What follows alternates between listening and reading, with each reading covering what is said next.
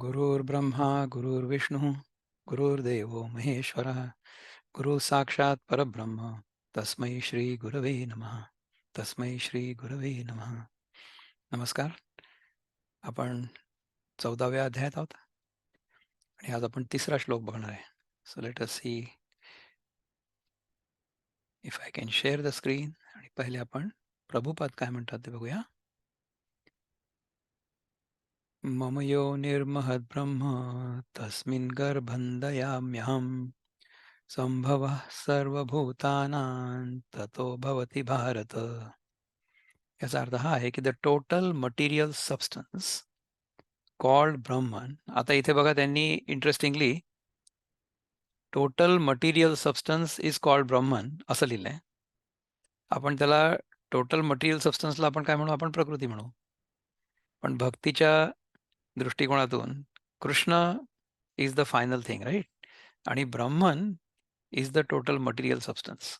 किती इंटरेस्टिंग आहे ना. is the source of birth, and it is that Brahman that I impregnate. Actually प्रकृती पाहिजे. म्हणजे this is the way Advait will interpret. ठीक है ना. Making possible the births of all living beings, O son of Bharat, O son of Bharat. The total material substance called Brahman is the source of birth, and it is that Brahman that I impregnate, making possible the births of all living beings, O son of Bharat. आता याच्यासाठी विनोबा काय म्हणतात बघूया. माझे प्रकृती हे क्षेत्र तिथे मी बीज पेरितो त्यातून सर्व भूतांची उत्पत्ती मग होत असे. प्रकृती हे माझं जे क्षेत्र आहे म्हणजे मटेरियल वर्ल्ड, तिथे मी बीज पेरतो. म्हणजे आय इम्प्रेग्नेटेड, मी त्यांना चैतन्य किंवा चेतना देतो आणि त्यातून मग सर्व भूतांची उत्पत्ती होते. तर ह्याच्यासाठी आपले बंधू किशोर कुलकर्णी काय म्हणतात बघूया. प्रकृती गर्भाशय म्हणावी, गर्भ त्यात मी निपजवी, त्यातून मी करी उत्पत्ती सकल भूतांची या जगती. प्रकृती गर्भाशय म्हणावी, गर्भ त्यात मी निपजवी, म्हणजे आय इम्प्रेग्नेट द प्रकृती, त्यातून मी करी उत्पत्ती सकल भूतांची या जगती. मी या सगळ्या जगातल्या भूतांची उत्पत्ती करतो प्रकृतीच्या आधाराने, और प्रकृतीमध्ये इम्प्रेग्नेट करून. असे प्रकृती स्थान उत्पत्तीसाठी जिथूनी दिसे येत सारीची सृष्टी, तिथे धारण्या गर्भ तोची पिता मी, तिथूनीच भूतासीही निर्मितो मी. प्रकृतीला इम्प्रेग्नेट करून मी त्यातून सगळी सृष्टी, सगळे जीव निर्माण करतो. ज्ञानदेव महाराज काय म्हणतात बघूया. माया म्हणजे महत ब्रह्म. माया म्हणजे महत ब्रह्म ही माझं सृष्टीरूप गर्भ ठेवण्याचं ठिकाण आहे. महत हे जे तत्व आहे त्यातून मी ही सगळी सृष्टी निर्माण करतो, तिच्यामध्ये मी गर्भ ठेवतो. हे भारता, त्यापासून सर्व भूतांची उत्पत्ती होते. So this is how the world is created, the creation of the world. त्याचं हे एक्सप्लेनेशन आहे. आता खरं सांगायचं तर आपल्याला जर हे लक्षात आलं की हे उत्पन्न होत आहे असं फक्त वाटतंय, उत्पन्न काहीच होत नाही,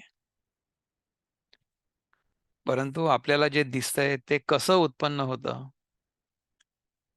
पहिले आपलं जे लक्ष सगळ्या या जगतावर असतं, ते जग कसं चालतं, त्या जगाचं काय स्वरूप आहे वगैरे वगैरे, ह्या सगळ्या गोष्टींबद्दल आपल्याला सांगितलं जातं. आणि मग हेही सांगितलं जातं की हा सगळा आभास आहे. आपल्याला जर जगाचं खरं स्वरूप कळलं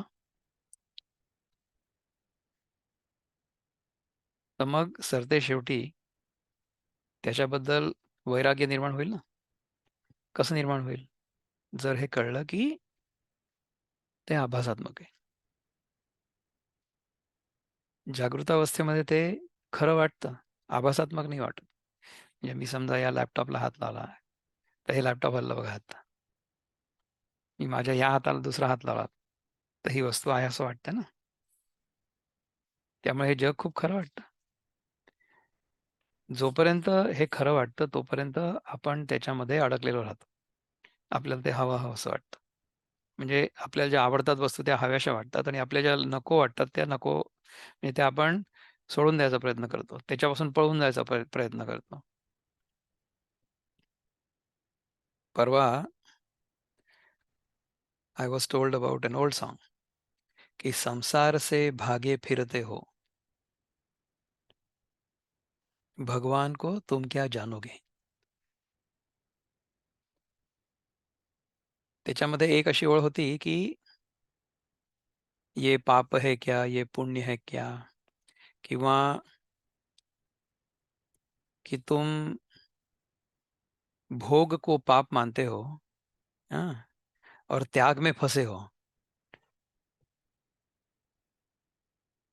भोग करणारा कोण आहे आणि त्याग करणारा कोण आहे हे कळलेलंच नाही आपल्याला. जोपर्यंत आपल्याला असं वाटतं की मी भोग करणार आहे, तोपर्यंत मी त्या भोगाचा त्याग करेन.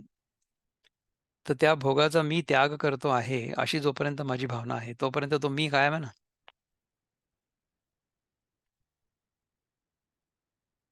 जोपर्यंत आपल्याला हा मी आहे असं वाटतं आणि हा जो मी आहे, हा सृष्टी आहे असं मानतो, तोपर्यंत ही सृष्टी कशी निर्माण होते, याच्याबद्दल माझ्या मनामध्ये कुतूहल असतं. तर ते पहिलं कुतूहल शांत करण्याचा प्रयत्न करतो गुरु आपला. आणि मग नंतर तुम्हाला सांगतो, की "अरे, हे जे सगळं होतं, हे सगळं माया होतं." माया म्हणजे इट्स ऑल एन अपीअरन्स. "एरवी तरी महद्ब्रह्म, या लागी हे ऐसे नाम, जे महदादी विश्राम, शालिका आहे." सहज विचार करून पाहिलं तर महत तत्वाधिक तत्वांना हे विश्रांती स्थान असल्यामुळे या अज्ञानाला महद्ब्रह्म असं नाव आहे.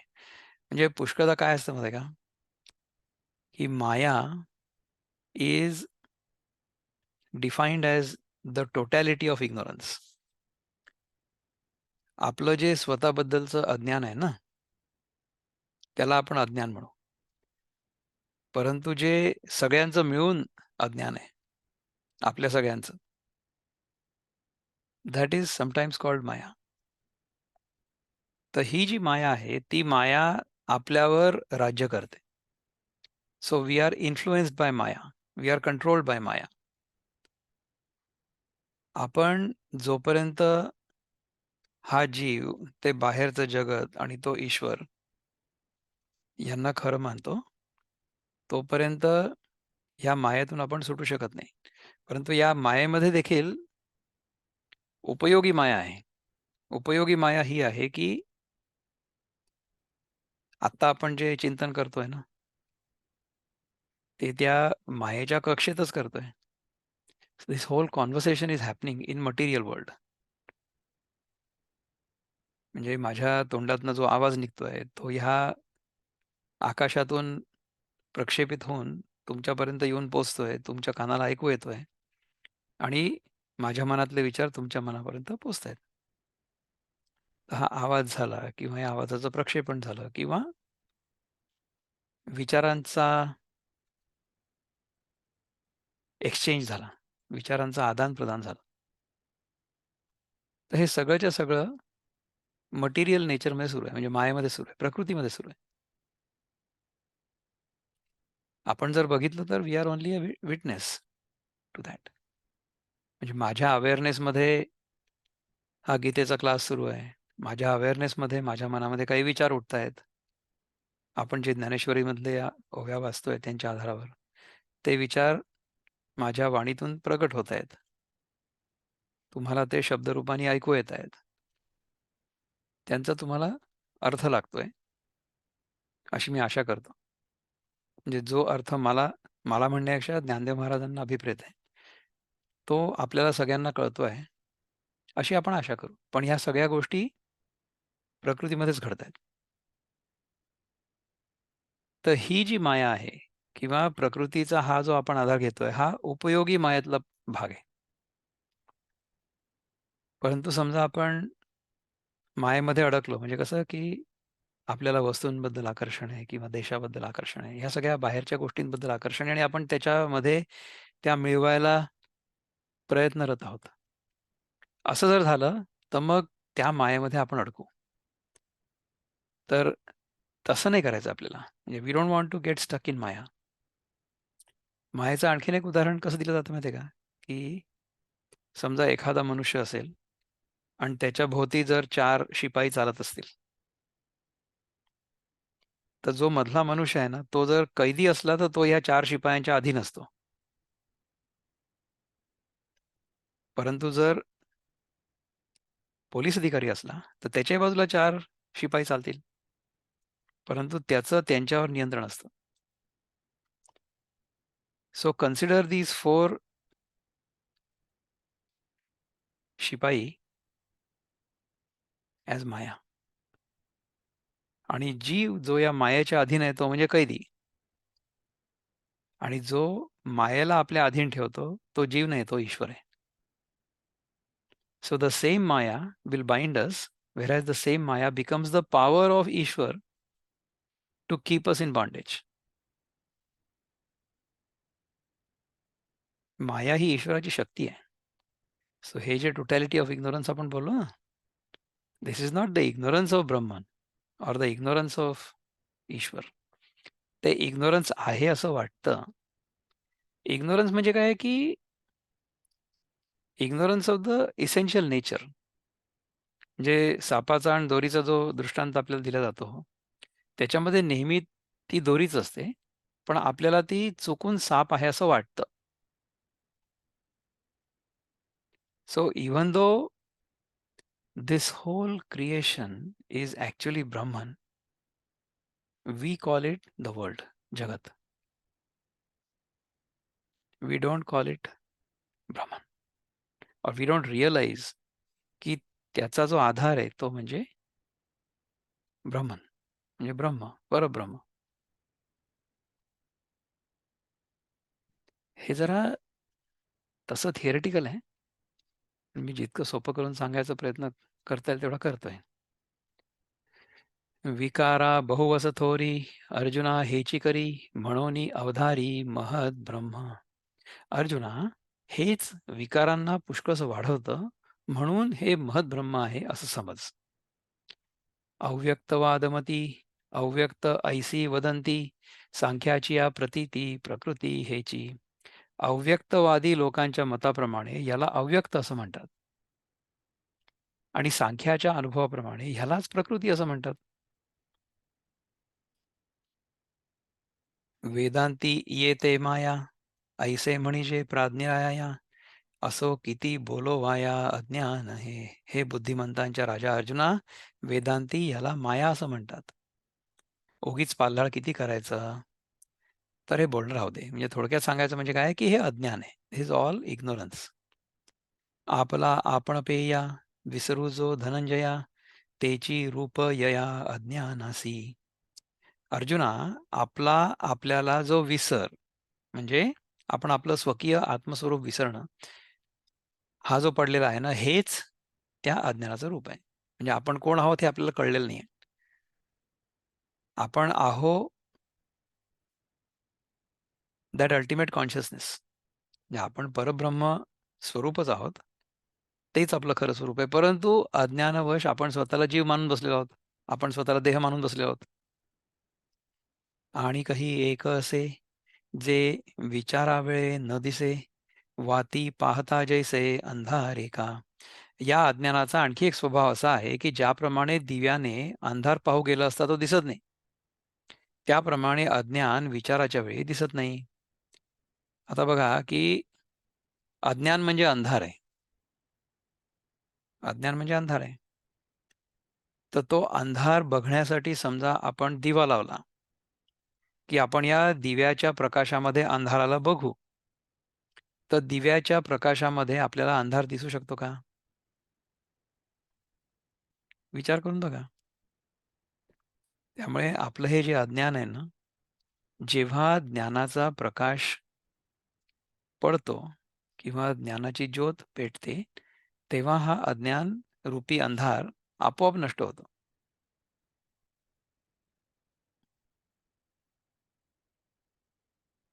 आणि आपलं जे खरं स्वरूप आहे ना, ते बघण्यासाठी दिव्याची गरज नाहीये. कारण की आपलं स्वरूप म्हणजे तो दिवाच आहे.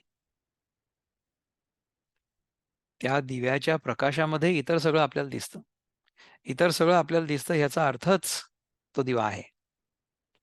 म्हणजे आपण समजा एखाद्या डोळ्याच्या डॉक्टरकडे गेलो बघायला, तर डोळ्याचा डॉक्टर आपल्यासमोर एक कागद ठेवेल आणि त्याच्यावरनं आपल्याला सांगेल, की तुम्हाला काय दिसतं तुम्ही वाचा. तर आपल्याला तो कागद दिसतो आहे, ह्याचा अर्थच आहे, की आपले डोळे आहेत. आपले डोळे आहेत ह्याचा प्रूफ काय आहे? ह्याचा प्रूफ हा आहे, की मला वाचता येतंय. This is the proof.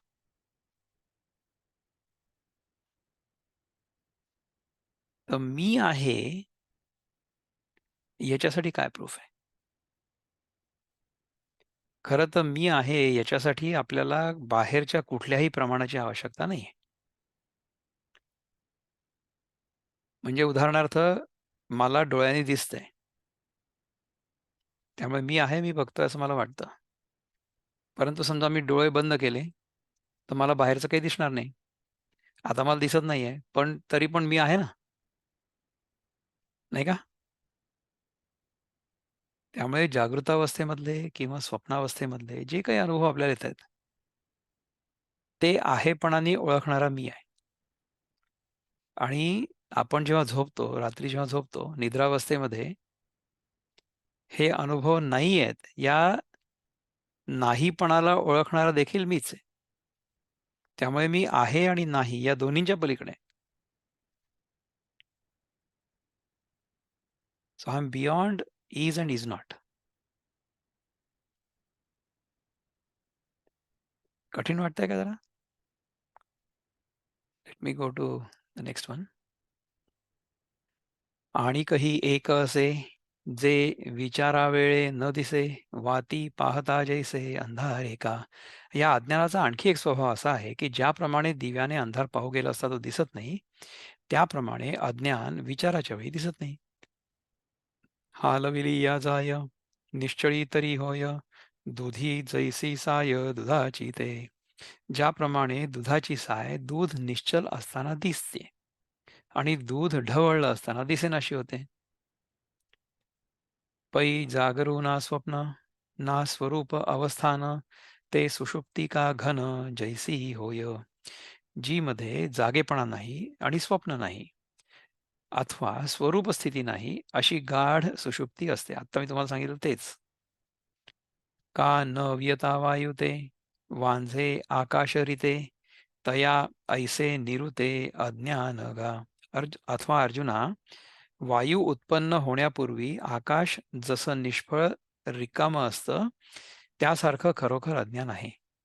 म्हणजे जिथे यथार्थ स्वरूपाचं ज्ञान नाही किंवा विपरीत देहादिकांचं भाव नाही किंवा भान नाही, अशी जी स्फुरण विरहित अवस्था, त्यालाच अज्ञान म्हणावयाचं. समजा की गाढ निद्रा, त्याच्यामध्ये आपल्याला काहीच समजत नाहीये. "पैल खांबू का पुरखू, ऐसा निश्चयो नाही एकू, परी काय नेणो आलोकू दिसत असे." पलीकडे काय दिसतंय, तो खांब आहे की पुरुष आहे, असा एक निश्चय होत नाही. परंतु भास होतो तेही कळत नाही. काय भास होतो तेही कळत नाही. म्हणजे जेव्हा अर्धवट अंधार असतो ना, तेव्हा एखादा समजा खांब दिसला, तर आपल्याला असं वाटतं की माणूस उभा आहे तिकडे, असं वाटू शकतं. ज्याला अजिबातच काही दिसत नाही, म्हणजे अगदीच अंधार आहे पूर्णपणे, ज्याने डोळे मिटलेले आहेत, त्याला काहीच दिसणार नाही. त्यामुळे त्याला काही भास नाही होणार. जो पूर्ण जागा आहे, जो उजेडात बघतोय, ज्याच्याकडे प्रकाश आहे, त्याला दिसतंय की तो खांब आहे. तर तो खांबाला खांबच म्हणेल. त्या खांबाला तो एखादा माणूस उभा आहे, चोर उभा आहे, भूत उभा आहे असं नाही म्हणणार. उपनिषदांचा आणि गीतेचा अभ्यास केल्यानंतर आपल्याला हे जग जसं आहे तसं दिसायला पाहिजे. तसं जर नाही दिसलं, तर ह्याचा अर्थ आपल्याला ती उपनिषदं समजलीच नाहीये. आपल्याला गीता समजलेलीच नाही. गीता आणि उपनिषदांचा अभ्यास केल्यानंतर आपल्याला 3 गोष्टी कळायला पाहिजे, की मी कोण आहे, हे जग काय आहे आणि ईश्वर कोण आहे? जग चालतं कसं? या 3च गोष्टी समजून घ्यायच्या. त्या जर खरोखरी समजल्या,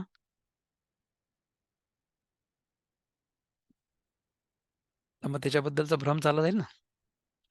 आणि समजा आपण फक्त म्हणत असलो, की मला इंद्रियांनी जे दिसतंय तेवढंच खरं आहे, म्हणजे याचा अर्थ माझे डोळे पूर्णपणे मिटले आहेत. माझ्या मनामध्ये अजून ती जिज्ञासा देखील उत्पन्न झालेली नाहीये, की या तिघांचं खरं स्वरूप काय आहे हे ओळखून घेऊ म्हणून. हे ओळखण्याची जिज्ञासा माझ्या मनामध्ये उत्पन्न झालेली नाहीये. त्यामुळे माझ्या मनामध्ये आध्यात्मिक साधनेचा जन्म देखील नाही झाला. आध्यात्मिक साधक जो आहे, तो आहे, की ज्याच्या मनामध्ये थोडीशी शंका आहे, की मला जे दिसतंय ते खरंच तसं आहे का? की त्याचं स्वरूप काहीतरी वेगळं आहे? ज्याचे डोळे मिटले आहेत, ज्याला पूर्ण अंधार आहे, त्याला तिथे सापही नाही दिसणार आणि दोरी पण नाही दिसणार. बरोबर आहे? जो अर्धवट जागा झालेला आहे म्हणजे साधक, त्याला तिथे काय आहे हे समजून घेण्याची इच्छा निर्माण होईल. आणि उपनिषदांचा प्रकाश त्याच्यावर पडला, की आपल्याला कळेल की ते काय आहे. साप नसून दोरी आहे. म्हणजे हा जीव नसून ब्रह्मच आहे. शंकराचार्य म्हणतात ना, की जीवो ब्रह्मैव परा. सो जीव हा ब्रह्मापेक्षा वेगळा नाहीये. परंतु तो अज्ञानवश स्वतःला वेगळा मानतोय. That is all that is happening. तेवी वस्तू जैसी असे, तैसी कीर न दिसे, परी काही अनारिसे देखी जेना. त्याप्रमाणे ब्रह्मवस्तू जशी असते तशी खरोखर दिसत नाही. ना राती ना तेज, ते संधी जेवी सांज, तेवी विरुद्ध ना निज ज्ञान आती. रात्रही नाही आणि दिवसही नाही. त्यावेळेला जशी सांज वेळ म्हणतात म्हणजे संध्याकाळ, त्याप्रमाणे ज्या अवस्थेत विपरीत ज्ञान नसतं आणि स्वरूप ज्ञानही नसतं, केवळ अज्ञान असतं. तो अर्धवट अंधार आहे. त्यामुळे कळत नाही की काय चाललंय. ऐसी कोणी एकी दिशा, तिये वादू अज्ञान ऐसा, तया गुंडलिया प्रकाशा क्षेत्रज्ञ नाम. अशी कोणी एक अवस्था आहे की तिला अज्ञान असं म्हणतात. अज्ञान थोरिये आणि जे आपण पे तरी नेणीजे, ते रूप जाणीजे क्षेत्रज्ञाचे. आणि त्या अज्ञानाने गुंडाळलेला जो चित प्रकाश आहे त्याला क्षेत्रज्ञ असं नाव आहे. अज्ञानाने गुंडाळलेला चित्प्रकाश जो आहे त्याला क्षेत्रज्ञ असं नाव आहे. म्हणजे काय, की हा जो रिफ्लेक्टेड लाईट आहे, original consciousness reflecting through this panchakosha, reflected consciousness. So this is Chaitanya and this is Chidabhas. But this Chidabhas is also able to light up other things.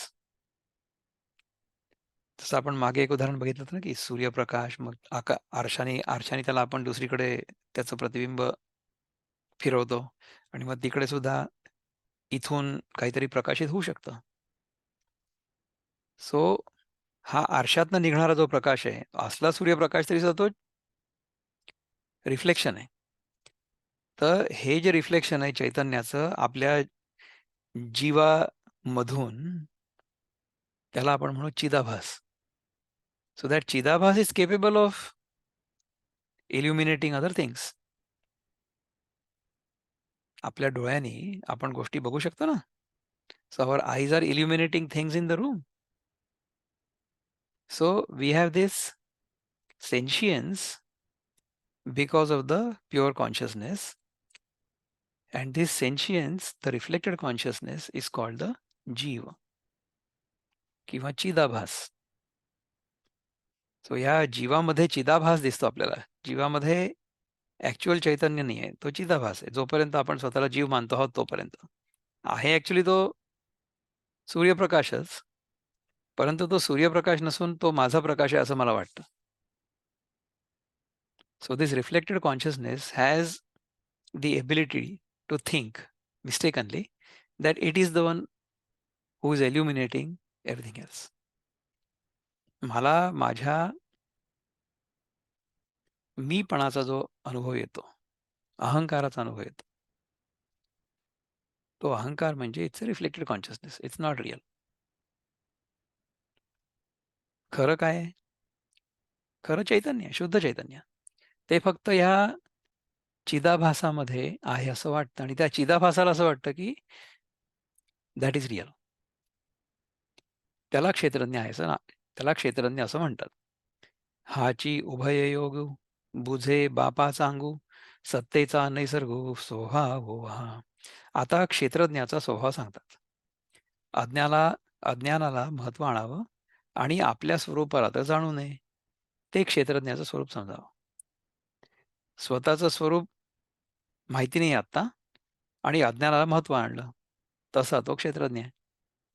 आता अज्ञानासारिखे वस्तू आपण पाची देखे परी रूपे अनेके नेणो कोणे. हाच क्षेत्रज्ञ आणि क्षेत्र या दोघांचा संबंध आहे. म्हणजे काय की क्षेत्र आणि क्षेत्रज्ञ हे दोन्ही मिथ्या आहेत.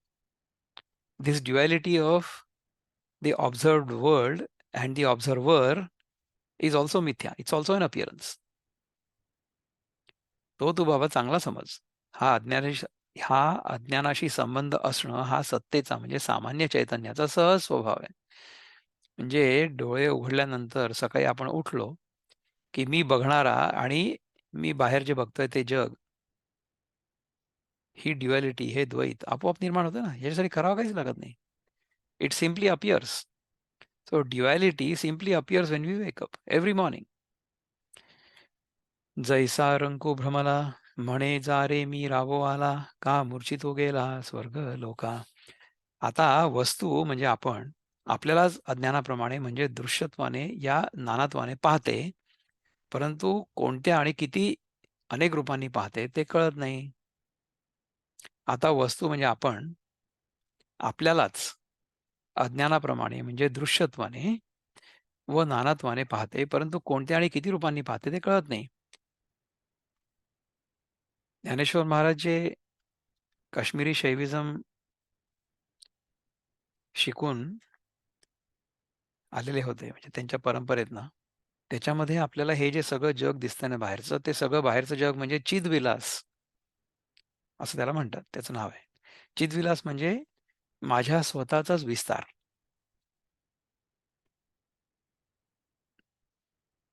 चैतन्याचा विस्तार.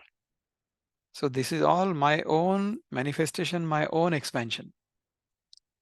पण ते माझ्यापेक्षा वेगळं आहे असं मी बघतो. तर किती प्रकारांनी बघतो. अज्ञानी जो आहे ना त्याला असं वाटतं की हे सगळं वेगळं आहे. Although it is created from me, but I don't realise that because I am ignorant. तेवी लचकलिया दिठी मग देखणे जे जे उठी तया नाम सृष्टी मीची विये पैगा. जसा एखादा भ्रमिष्ट झालेला दरिद्री मनुष्य म्हणतो की जा रे मी राजा आलो आहे, अथवा जसा एखादा मूर्छा आलेला मनुष्य भ्रमाने आपण स्वर्गास गेलो आहोत असं मानतो. भ्रमिष्ट झालेला एखादा दरिद्री तो लोकांना सांगतो की बाजूला राजा आलेला आहे. So he is actually daridri, पण he is thinking of himself as raja. किंवा एखादा बेशुद्ध पडलेला माणूस आहे आणि त्याला असं वाटतं की आपण स्वर्गात गेलो. असंही होऊ शकतं. भ्रम आहे हा, मनाचा खेळ आहे.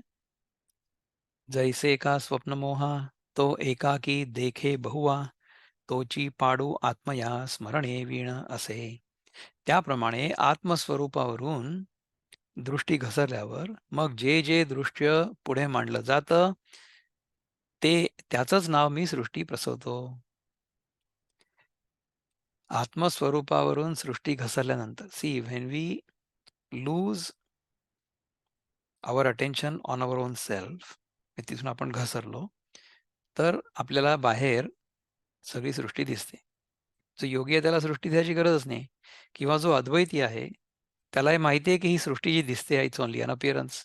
त्यामुळे he doesn't gate engage with it or involved with it. असंही होतं ना. हेची निभ्रांती प्रमेय उपलवू पुढती परी तो प्रतीती याची घे पहा. ज्याप्रमाणे एकटा निजलेला पुरुष स्वप्नाच्या भ्रमाने अनेक पदार्थ रूपाने पाहावा म्हणजे पाहायला जातो, तीच स्थिती आत्म्याची म्हणजे आपल्या स्वरूपाच्या स्मरणा वाचून आहे. परंतु हे सर्व म्हणजे मी सृष्टीला प्रसवतो वगैरे स्वप्नाप्रमाणे मिथ्या आहे. ही दृढ प्रतीती आत ठेवून तू ऐक. आता बघा की ह्याच्यामध्ये मी सृष्टीला प्रसवतो हे सगळं मी सांगितलं आत्तापर्यंत, पण तरी सुद्धा हे सगळंच मिथ्या आहे, हे तुला आता सांगणार आहे किंवा हे तुला कळेलच. तरी माझी ही गृहिणी अनादी तरुणी अनिर्वाच्य गुणी अविद्या आहे. तरी ही अविद्या माझी विवाहित स्त्री आहे आणि हिच्यामध्ये जे गुण आहेत ते सांगता येणं शक्य नाही. ती सद, असद, विलक्षण आणि अनिर्वचनीय आहे. ती सत पण आहे, असत पण आहे, विलक्षण पण आहे, अनिर्वचनीय पण आहे. ये नाही हेची रूप. आता सत आणि असत दोन्ही आहे म्हणजे याचा अर्थ काय सांगा बरं तुम्ही? सत आहे म्हणजे ते आहे असं वाटतंय, आहे असं दिसतंय. डोळे उघडले तर मला सगळं दिसतंय. पण असत आहे. असत म्हणजे काय आहे? कारण की ती सारखी बदलते. कॉन्स्टंट नाही आहे. आणि तिचा मी शब्दांमध्ये काही विस्तार नाही करू शकत. तिला शब्दांमध्ये मांडू नाही शकत. I cannot really express that in words. आता आहे पण आणि नाही पण. कसं काय आपल्याला रिकन्साइल करता येते? ये नाही हेची रूप, ठाणे हे अति उमप, हे निद्रिता समीप चेता दुरी. हिला वस्तुतः अस्तित्व नाही आहे. हेच हिचं स्वरूप आहे. ही अविद्या स्वरूपी निजलेल्यांना जवळ आहे. ही अविद्या जी आहे ती स्वरूपी निजलेल्यांना म्हणजे ज्यांना आपल्या स्वरूपाबद्दल काही ज्ञान नाही आहे, स्वरूपाशी निजलेले आहेत. निजले म्हणजे झोपलेत. त्यांना जवळ आहे आणि स्वरूपी जागे असलेल्यांना दूर आहे. पुन्हा एकदा आपण तो दुसऱ्या अध्यायातला श्लोक बघू. या निशा सर्वभूतानां तस्यां संयमी यस्यां भूतानी सा निशा पश्यतो म्हणे. म्हणजे सगळं जग जिथे जागा आहे तिथे हा योगी झोपलेला आहे आणि सगळं जग जिथे झोपलेलं आहे तिथे हा योगी जागा आहे. म्हणजे ह्या योग्याला हे कळलेलं आहे की ही जी आहे ही सगळी माया आहे. प्रकृती जी आहे, सृष्टी जी आहे, ही आहे असं वाटतंय, ही दिसते, परंतु खरोखरीच बघितलं तर नाहीये. It doesn't really exist. परंतु ह्याच्या मागे सर्वसाधारण मनुष्य सारखा पळतोय. पै माझे नीची अंगे पहुडले आहे जागे आणि सत्ता संभोगे गुरविणी होय. परंतु मी स्वतः झोपलो म्हणजे ही जागृत असते. म्हणजे स्वरूप ज्ञानाच्या गैरहजेरीत अविद्येच्या गमजा चालतात. माझ्या सदत्वाचा आश्रय उपयोगात आणून म्हणजे उपभोगून ही ब्रह्मांडे पोटात साठवलेली मोठी गरोदर होते. ही केव्हा गरोदर होते? किंवा ही कधी जागृत असते? जेव्हा मी झोपलेला असतो. So when I am not aware of my own true self, this whole world appears to be real. तेव्हाच ती खरी आहे असं वाटतं ना. जर मला माझ्या स्वरूपाचा बोध झालेला असेल, तर मला हे कळून जाईल. मला बाहेर जे दिसतंय, ही जी सगळी सृष्टी आहे, ही जी सगळी प्रकृती आहे, ही फक्त भासमान आहे. दिसते असं वाटतंय. केव्हा? जेव्हा मी जागा असतो तेव्हा किंवा मला स्वप्नात सुद्धा दिसते. जागेपणी मी ज्या गोष्टींचा विचार करतो, त्या गोष्टी मला स्वप्नात पण दिसतात आणि त्या अशा अतिरंजित होऊन दिसतात. So they get exaggerated in my dreams. Whatever I contemplate during the waking will appear in my dreams much more expanded. त्यामुळे आपण नेहमी म्हणतो ना, की आपण शुभ संकल्प करायला पाहिजे. शुभ संकल्प जर केला, तर आपल्याला चांगली स्वप्न पडतील, जर पडलीच तर. देवाच्या कृपेने कदाचित पडणारच नाही. तसं जर झालं तर फार उत्तम. म्हणजे मग then you will have sound sleep, deep sleep, very restful sleep. स्वप्न जर पडलं तर मग then your mind is still active. त्यामुळे you will not get as much rest as you will get when you are fast sleep. Deep स्लीपमध्ये जास्त आनंद आणि जास्त आराम मिळतो. स्वप्न पडत असलं तेवढा आराम नाही मिळणार. कारण की मन चाललेलं आहे ना अजूनही. माझ्या सदत्वाचा आश्रय उपयोगात आणून म्हणजे माझ्या इजनेसचा, माझ्या अस्तित्वाचा आश्रय उपयोगात आणून ऑन दॅट बेसिस म्हणजे ती उपभोगून ती ब्रह्मांड पोटात साठवलेली मोठी गरोदर होते. So she becomes what she is आणि शी एक्सपॅन्ड्स ऑन माय बेसिस. मी असलो तर ती सृष्टी आहे. महत ब्रह्म उदरी प्रकृती आठे विकारी गर्भाची करी पेलो वेली. गर्भाची करी पेलो वेली. महद्ब्रह्म आपल्या उदरात प्राकृत 8 विकारांनी जगदरूप गर्भाची वाढ करतं. हे 8 विकार कुठले आता सांगतील ते. उभय संगू पहिले बुद्धितत्वे प्रसवले बुद्धितत्व भारेले होय मन. म्हणजे उभयताच्या म्हणजे माझ्या आणि मायेच्या संघामध्ये प्रथम बुद्धितत्व जन्माला म्हणजे माझी मीपणाची भावना जन्माला आली. ते बुद्धितत्व रजोगुणाने भरलेलं होतं. त्याला असं वाटलं की आपण काहीतरी आता करावं. ते बुद्धितत्व रजोगुणाने भारलं गेलं म्हणजे मन तयार होतं. So that buddhitattva, that Iness, the separate I, the ahankar, त्याच्या मनामध्ये समजा काही करण्याची इच्छा झाली, तर मग ते त्याच्यामध्ये जेव्हा इच्छा तयार होते काही करण्याची, तेव्हा ते मन तयार होतं. तरुणी ममता मनाची, ते अहंकार तत्वरची, तेणे महाभूताची अभिव्यक्ती होय. मनाची तरुण स्त्री जी ममता, ममता म्हणजे माइंडनेस, ती अहंकार तत्व तयार करते. अहंकार तत्व म्हणजे आय द डुअर. मी म्हणजे कोणीतरी करता, मला करता आणि भोगता दोन्ही. ह्या दोन्ही गोष्टी म्हणजे अहंकार तत्व ती तयार करते आणि त्या योगे पंचमहाभूते स्पष्ट तशीच येतात. त्यांच्या योगाने म्हणजे बुद्धितत्व, मन आणि अहंकार. मन, बुद्धी, अहंकार ह्या 3 मुळे महाभूत तयार होतात. आणि विषयेंद्रियागौसी स्वभावे तव भूतांसी म्हणोनी येती सरिसी तियेही रूपा. आणि विषय आणि इंद्रिय यांचा स्वभावतःच पंचमहाभूतात अंतर्भाव होत असल्यामुळे विषय आणि इंद्रिय देखील त्या भूतांबरोबरच आकारास येतात. जी पंचमहाभूत आहेत ना, पंचमहाभूत म्हणजे काय आहे की आकाश, वायू, अग्नी, जल आणि पृथ्वी. ठीक आहे.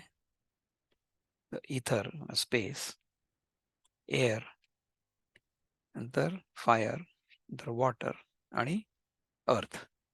ही जी पंचमहाभूत आहेत ना, ही देखील ब्रह्मातूनच तयार होतात. ही देखील आणि इंद्रिय आणि विषय दोन्ही एका वेळेस तयार होतात. म्हणजे बाहेरचा जो विषय आहे ना, म्हणजे फॉर एक्झाम्पल एखादी जड वस्तू आहे. आता हा फोन मला नेहमी माझ्या हातापाशी असतो म्हणून दिसतो. तर हा फोन आणि या फोनचा अनुभव घेण्यासाठी माझ्याजवळ जे इंद्रिय आहे ते कुठलं इंद्रिय आहे? स्पर्शाचं इंद्रिय आहे ना. So I have a sense of touch, so I can touch it. I have a sense of site, so I can see it. याची घंटी वाजली तर I have a sense of hearing, so I can hear it. असंही होतं ना. If I taste जीभ लावली तर टेस्ट पण कळेल. त्याला अर्थात टेस्ट काही नाही आहे आणि I don't want to lick it of course. किंवा आय कॅन स्मेल इट. ह्याला जर काही स्मेल असतं, ह्याला काही स्मेल नाही आहे. परंतु ही जी पंचमहाभूतं आणि माझी पंचज्ञानेंद्रिय ह्या दोन्ही गोष्टी त्या एकाच तत्वातून तयार होतात. So a sense of duality of me the observer or the experiencer आणि द एक्सपिरियन्स्ड वर्ल्ड, ह्या दोन्ही गोष्टी त्या एकाच गोष्टीतनं तयार होतात. विषय आणि इंद्रिय यांचा स्वभावतःच पंचमहाभूतात अंतर्भाव होत असल्यामुळे they are included in the panchamahabhuta. त्यामुळे विषय आणि इंद्रिय देखील ह्या पंचमहाभूतासोबतच एकत्र तयार होतात. जालेनी विकारक शोभे पाठी त्रिगुणाचे उभे तेव्हा ये वासना गर्भे ठाये ठावो पंचभूते, विषय आणि इंद्रिय ही तयार झाल्यानंतर मागील सूक्ष्म प्रकृतीपासून उत्पन्न झालेला हा गर्भपिंड व्यक्त होतो. So once all of these get created, तो जो गर्भपिंड आहे, जे आय वुड से जीव, तो व्यक्त होतो. त्यावेळी वासनेत सूक्ष्म रूपाने राहिलेला जीव जसा असावयास पाहिजे, तसा त्या गर्भपिंडात प्रवेश करतो. म्हणजे बघा, की इव्हन जेव्हा आईच्या पोटामध्ये गर्भ राहतो, तर काही दिवस विदाऊट एनी जीव इट ग्रोज. म्हणजे it's just a tissue. It grows until a certain maturity आणि त्याच्यानंतर मग त्याच्यामध्ये जीव प्रवेश करतो. म्हणजे कसं, की ज्या परिस्थितीची एखाद्या जीवाला त्याच्या प्रारब्धानुसार आवश्यकता असेल, तशा प्रकारचा जीव त्या गर्भामध्ये प्रवेश करतो. म्हणजे फॉर एक्झाम्पल आपण अमुक एखाद्या परिवारात का बरं जन्माला आलो? अमुक एका देशामध्ये का बरं जन्माला आलो? अमुक एका काळामध्ये का बरं जन्माला आलो? ह्याचं उत्तर हे आहे, की ही परिस्थिती, देश, काल, वस्तू म्हणजे परिवार, देह, ह्या सगळ्या गोष्टी ज्या आहेत ना, या आपल्याला आपल्या प्रारब्धानुसार ह्या जन्मी अनुभव करण्याची गरज होती. So we were destined to experience what we are experiencing in this birth based on whatever we had done in our previous births. अशा प्रकारे जेव्हा आपण इथे येतो, तेव्हा कशामुळे येतो? आपल्याच पूर्वकर्मानुसार. That is the reason we were born in this situation, in this family, with this kind of financial status, with this kind of education, with this kind of surrounding. ह्या सगळ्या गोष्टी आपल्याला आपल्या प्रारब्धानुसारच मिळतात. कारण की त्याच्यातनं आपल्याला पुढे जायचंय. रुखाचा आवाका जैसी बीजकणिका जीवी बांधे उदका भेटत खेवो. ज्याप्रमाणे बीजाचा दाणा पाण्याला भेटल्याबरोबर आपल्यामध्ये वृक्षाचा सूक्ष्म आकार तयार करतो. So as soon as there is moisture, the seed will start germinating आणि त्याच्यातनं इव्हेंच्युअली वृक्ष प्रगट होईल ना. तैसी माझे निसंगे अविद्या नाना जगे आर घेवो लागे आणि याची. त्याचप्रमाणे माझ्या संघाने अविद्या ही अनेक जगरूपी अणकुचीदार अंकुर घेऊ लागते. So it will start sprouting now. मग गर्भगोळा तया कैसे रूप ते ये आया ते परियेसे राया सुजनांचिया. हे सूचनाच्या राजा अर्जुना, त्यावेळी मग त्या गर्भगोलाचा आकार कसा व्यक्त होतो ते आता ऐक. पै मणिज स्वेदज उद्भिज जारज उमटती सहज अवयव हे. तेव्हा अंडज, स्वेदज, उद्भिज आणि जरायुज असे हे अवयव स्वभावतः उमटतात. आपण मागे एकदा याच्याबद्दल चिंतन केलं होतं बघा. अंडज म्हणजे अंड्यातून बाहेर पडणारे, म्हणजे पक्षी म्हणा किंवा साप वगैरे सरपटणारे प्राणी. हं. अंडजानंतर स्वेदज. स्वेदज म्हणजे पाण्यामध्ये आपोआप तयार होणारे. स्वेद म्हणजे खरं तर स्वेट, राईट? स्वेद म्हणजे आपला घाम. म्हणजे बेसिकली पाणी. त्या पाण्यातनं आपोआप तयार होणारे काही जीव असतात. म्हणजे single celled organisms, bacteria, viruses, amoeba वगैरे ह्या सगळ्या गोष्टी स्वेदज. त्यानंतर उद्भिज. उद्भिज म्हणजे जमिनीतनं स्प्राउट होतात, बाहेर येतात. तर उद्भिज म्हणजे वृक्ष वगैरे झाले, झाडं झाली. आणि शेवटी जरायुज. जरायुज म्हणजे एका शरीरातून बाहेर निघतात दुसरे, किंवा योनिज. Either way will be the same thing. म्हणजे ज्या योनीतनं जो जीव निघायचा असेल तोच निघेल. तर जशी आपली योनी असेल ना, त्याला म्हणतात जाती. सो वी आर ऑल मनुष्य जाती, सेम जाती. आपण वेगवेगळ्या जातीपातीचे नाही आहोत. आपली एकच जात आहे, म्हणजे मनुष्य जात. We are all yonij. व्योम वायुवशे वाढलेनी गर्भरसे मणिजु उचसे अवयव तो. मणिज हा अवयव आकाश आणि वायू यांच्या योगाने गर्भरस वाढल्याने जीवन पावतो. मणिज तर मणिज सांगितल्याने मणिज हा अवयव आकाश आणि वायू यांच्या योगाने गर्भरस वाढल्याने जीवन पावतो. आकाश आणि वायू जेव्हा एकत्र येतात तेव्हा जे वाढतं किंवा जे बाहेर येतं त्याला म्हणतात मणिज. पोटी सुनी तमरजे, आगळिका तोय तेजे, उठिता निपजे स्वेदजूगा. तम आणि रज हे दोन गुण पोटात घालून आप आणि तेज यांचं आधिक्य झालेलं असताना निश्चय करून स्वेदेश हा अवयव उत्पन्न होतो. अवयव म्हणण्यापेक्षा आपण जीव पण म्हणू शकतो. तम आणि रज म्हणजे रजोगुण आणि तमोगुण हे दोन गुण एकत्र आले आणि तिथे आप आणि तेज म्हणजे पाणी आणि अग्नी ह्यांचं आधिक्य झालेलं असताना वेन दे बिकम प्रिडॉमिनंट स्वेदज हा अवयव उत्पन्न होतो. आप पृथ्वी उत्कटे आणि तमो मात्रे निकृष्टे, स्थावरू उमटे उद्भिजू हा. आप आणि पृथ्वी ह्यांच्या आधिक्याने आणि केवळ नीच अशा तमोगुणाने स्थावर असा उद्भिज उत्पन्न होतो. म्हणजे वृक्ष किंवा झाडं वगैरे कशी तयार होतात की आप आणि पृथ्वी याच्या आधिक्याने. त्याच्यामध्ये आप म्हणजे काय? आप म्हणजे पाणी, पाणी आणि पृथ्वी, जलतत्व आणि पृथ्वी तत्व ह्यांच्या आधिक्याने. So it is more gross. आणि केवळ नीच अशा तमोगुणाने स्थावर असा उद्भिज उत्पन्न होतो.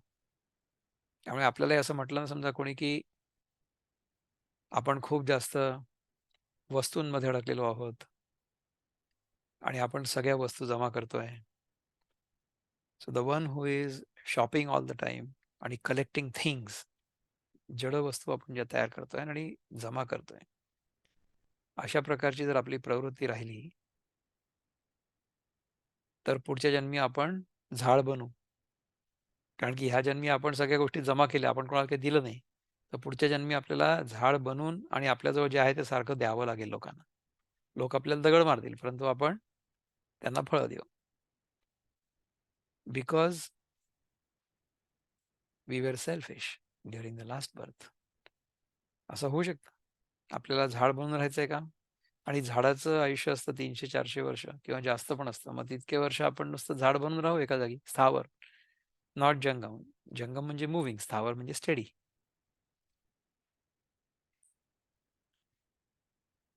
पाचा पाचही विरजी होती मनबुद्ध्यादी साजी, ही हेतू जारजी ऐसे जाण.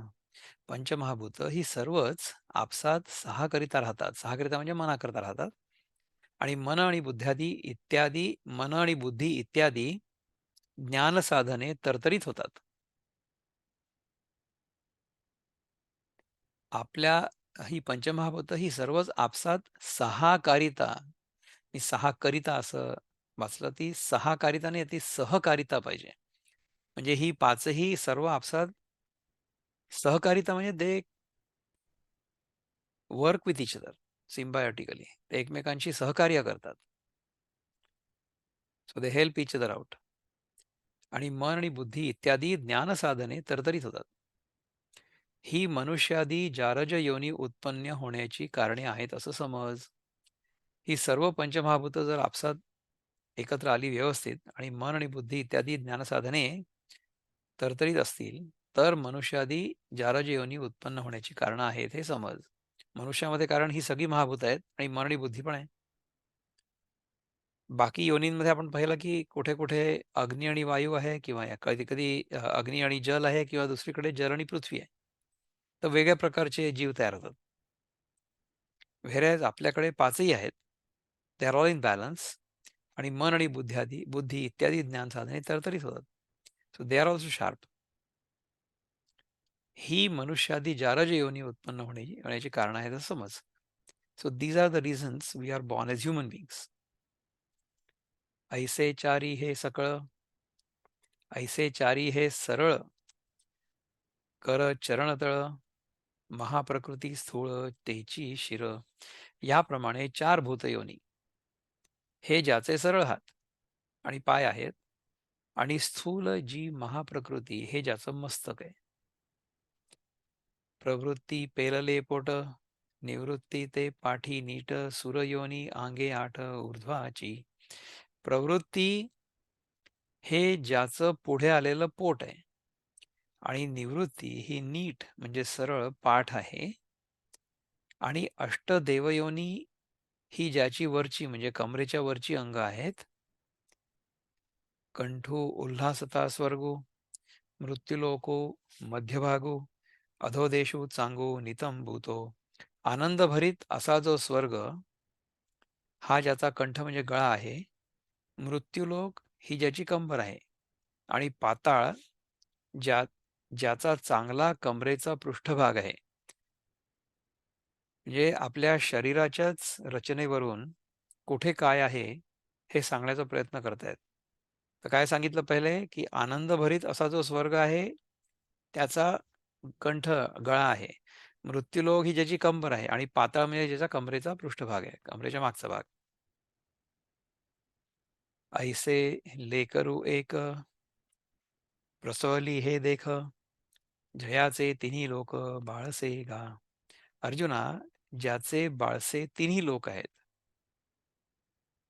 स्वर्ग, नरक आणि मृत्यूलोक, असे एक मूल ही प्रसवली बघा. असं एक मूल ही प्रसवली. ही ही प्रकृती सॉरी. 84 लक्ष योनी, तिये कांडा पेरा सांदणी, वाढे प्रतिदिनी बाळक हे.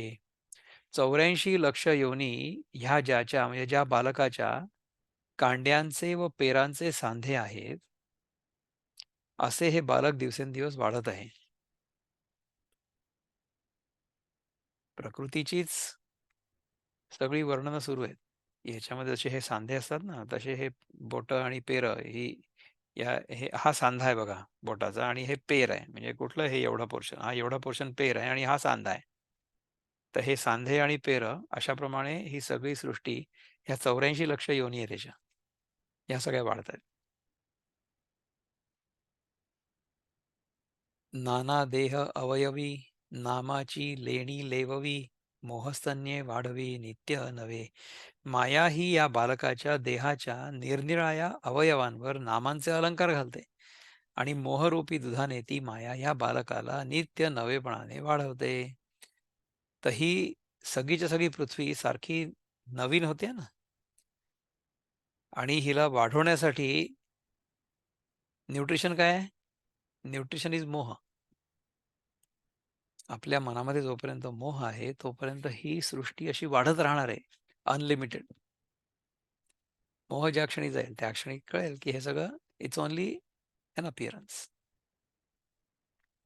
सृष्टी वेग वेगळिया, तिया करांघ्री आंघोळिया, भिन्नाभिमान सुदलिया, मुदिया तेथे. वेगवेगळ्या सृष्ट्या त्या ह्या बालकाची हाताची व पायांची बोटं आहेत आणि प्रत्येक योनीत असणारे निरनिराळे अभिमान हे त्या बोटात घातलेल्या अंगठ्या होत. वेगवेगळ्या योनीत असलेले निरनिराळे अभिमान म्हणजे माझ्या योनीमध्ये मला अभिमान आहे की मी मनुष्य आहे. दुसऱ्या योनीमध्ये असेल की कुत्रा आहे किंवा गाढव आहे किंवा उंट आहे, हत्ती आहे, काही पण. त्या निरनिराळ्या योनीमध्ये निरनिराळे अभिमान.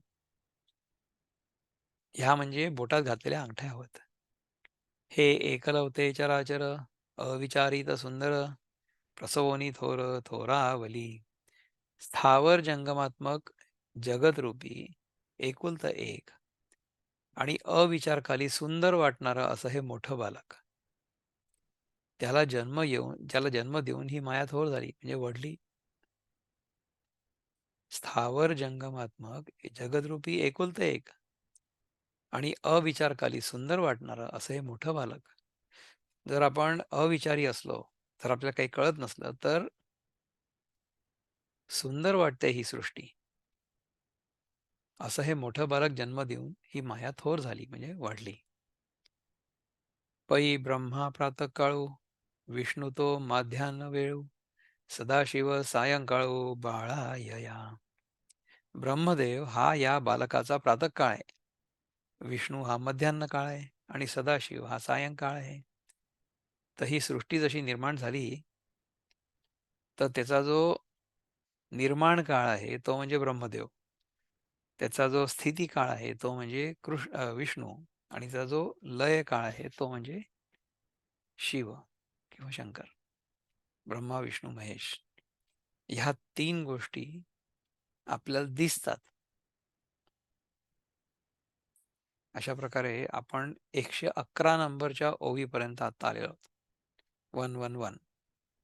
So why don't we stop here and we will pick it up from the same ओवी next time. खूप जास्त किचकट आणि खूप जास्त थिअरेटिकल झालंय. त्यामुळे जेवढं आपण ते वाचू शकलो आणि समजू शकलो, तेवढं आपण वाचण्याचा आणि समजण्याचा प्रयत्न केला. त्याच्याबद्दल जर तुम्हाला काही चिंतन करायचं असलं, तुम्ही करू शकता. किंवा जर काही प्रश्न असले मनामध्ये, मला जर त्याचं उत्तर येतंय असं वाटत असेल, तर मी तुम्हाला सांगेन. नसेल येत असं वाटतंय, तर मग तसं सांगेन. काही फरक नाही पडत. आपण पुन्हा वाचू, पुन्हा शिकायचा प्रयत्न करू.